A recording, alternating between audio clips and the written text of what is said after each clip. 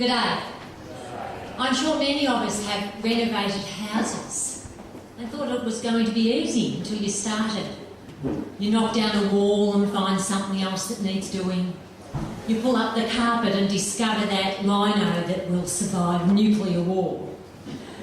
And this is a true story from my husband and myself. And we had problems when we renovated a house.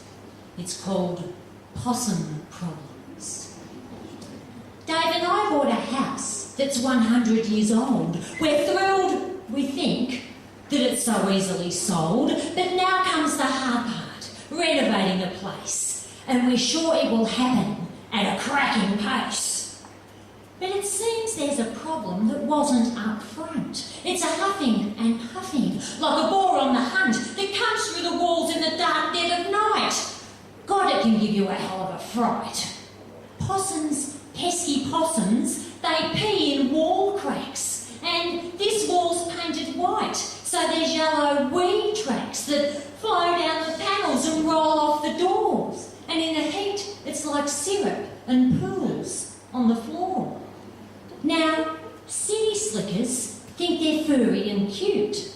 And by the letter of the law, they're protected to boot. They feed them in parks and pat their grey heads. Some curious beings even make possum beds. But to country folk, they're a pig-nosed pest. And it's especially true when they're determined to nest in your roof, up your chimney and in every wall. Took us 6 months to count them, 11 in all. And how did we know they weren't counted twice? Well, a red splash of paint on their rump would suffice. So Dave stuck a brush on the end of a broom and whacked at their ears as they flew round the room. Now, a ladder was left in the hall where we walk, and early one morning as I started to stalk down through the passage and off to the loo, the dog was in fits, a right old to-do. On a rung perched a possum as bold as can be. As I walked on by, it snarled down at me. Dave came to my aid and grabbed onto its tail and tried hard to keep it straight on the rail. With one hand on its bum and the other on head, he now had another problem instead. He couldn't move and the cat had his tongue because he grabbed the beast either side of the rung. Now, the solution was easy, one would have thought. Let go of one end to ensure it was caught. But which end was the problem? Because this end could hiss and the other was loaded and ready to wee. We decided to pause and just take a breath. Take a deep breath, think what would be best. But we'd forgotten the dog and this crazy scene, and David let go of the beast in a bid to stay clean.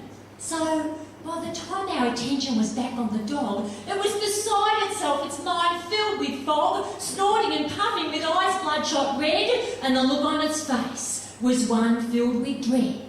Because the possum had leapt clear from the wall, and with claws at the ready it cushioned its fall by landing spread-eagled on the dog's furry back. A woolling and writhing, angry backpack. Now, the dog took off like a Bondo tram, and for a second we thought it was going to slam headlong into the wooden back door. Then too late we knew what it was heading for. The doggy door was open and ready to swing, but designed for one Kelpie, just a singular thing, so a double-decker beast would be in some strife. And that plucky possum was holding on for dear life. So the dog shot through into the yard, leaving a splayed-out possum, its head slightly jarred. So now it was days from its wild furry ride and still stuck inside, wanting somewhere to hide. And there was Dave, looking like a stunned mutt. As the possum leapt up and attached to his gullet, the last thing I saw was teeth, claws and spit as Dave charged out of the house in a frenzy fit. Well, the end of the story is too savage to tell. Needless to say, it's a saga from hell. And I bet you think we should just walk away, turn a blind eye, let them all stay. But to the man in the hardware for a trap, we both go. He says, "Not for possums, they're protected, you know. I've only got this." And he holds up a cage. It's a raccoon trap. They're all the rage.